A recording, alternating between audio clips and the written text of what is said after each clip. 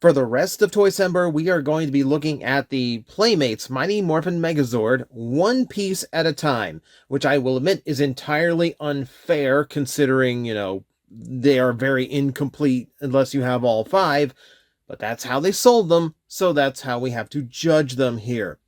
So think of this as a 6-part finale to Toycember this year, as we look over every one of the brand new Dinozords released this year, and then we will finish up the year with a look at the Megazord in full. So we are going to start, of course, with the Tyrannosaurus Dinozord, looking fairly mighty, though admittedly, even if you are like vaguely remembering the original Dino Megazord, this probably looks a little bit bald to you. And for good reason. We will explore that in a bit. So, yeah, it is the traditional Tyrannosaurus Dinozord, standing vertically, because at the time, that's what we thought Tyrannosauruses did. We've learned since then. I will warn you,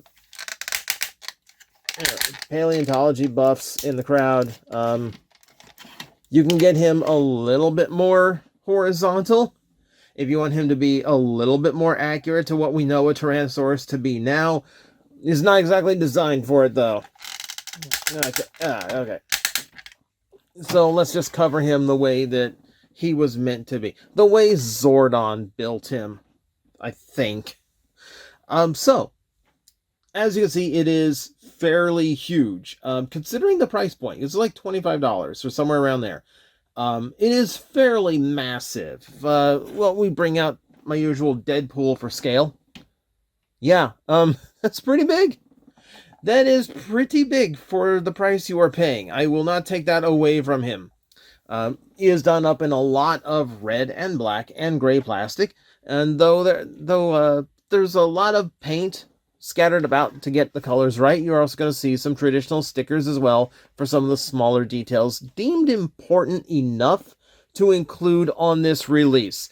Such details like this sticker on the hip, that little square in the middle of his belly, the chest having the middle finger pointed at the enemy. And then, yeah, everything else, like the red here on the chest, that is paint. The shins have been painted in the red. And then you have a little bit of white on the side, as well as painted black eyes and painted teeth. So, yeah, you get a little bit of everything here. You get a little bit of everything. It does feel thin.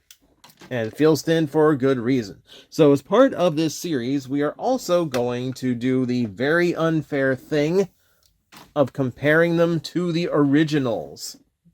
I really shouldn't be doing this because, one, I kind of don't want to mess with toys as old as this. These are my originals after all. But also, yeah, this is just a little bit, it's a little bit unfair in some regards. So, if you take a look at them, there are some things that the new one does better. So, like the waist section here is a lot more red than the original Megazord toy does. This is painted, of course. That is sticker, though this one is missing some of those details.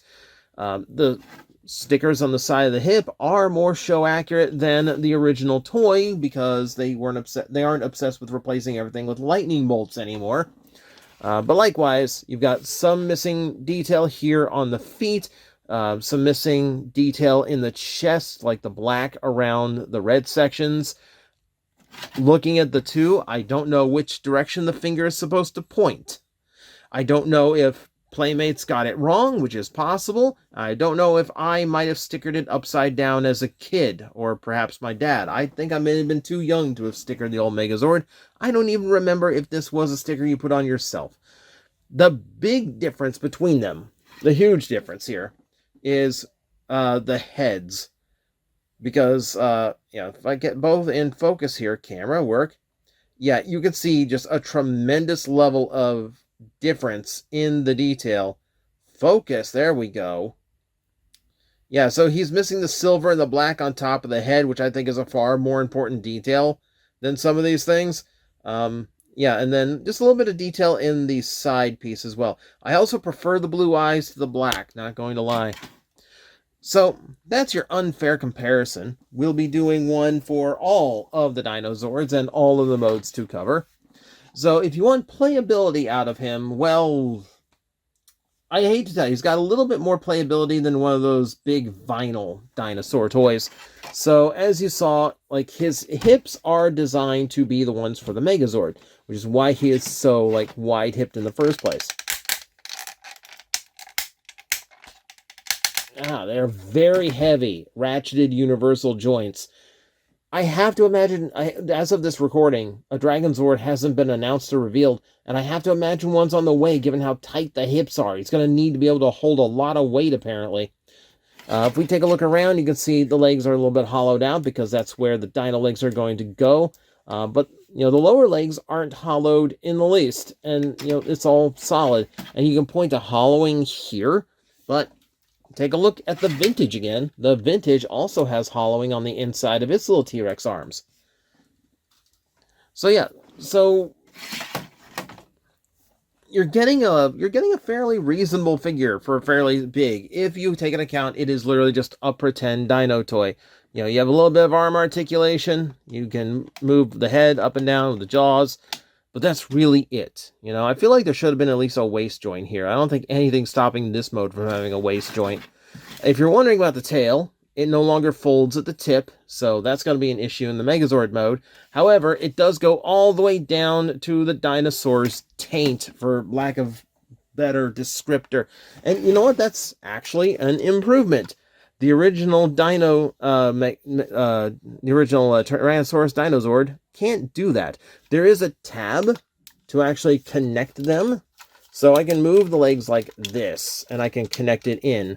And then the T-Rex is stuck in this position, which, granted, is much more like a natural dinosaur, but it's not the vertical stance that it had in the original show.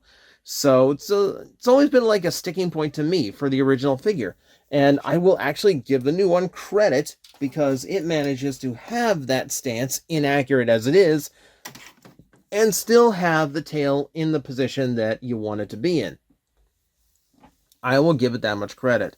So yeah, it's just a big plastic T-Rex, same as any, like, generic dinosaur toy you could pick up starring the Tyrannosaurus. Now, for this video series, I'm going to show you how to get it into tank mode, or at least do the transformation steps for tank mode to end off all of these videos. So for the Tyrannosaurus, we need to raise the hips up like so, like that, close that all up. You're going to see that button on the side. That is what locks it in from, like, normal Megazord position to the tank position, or, like, I guess in this case, the normal position for the legs, because he doesn't have, like, proper knees of his own.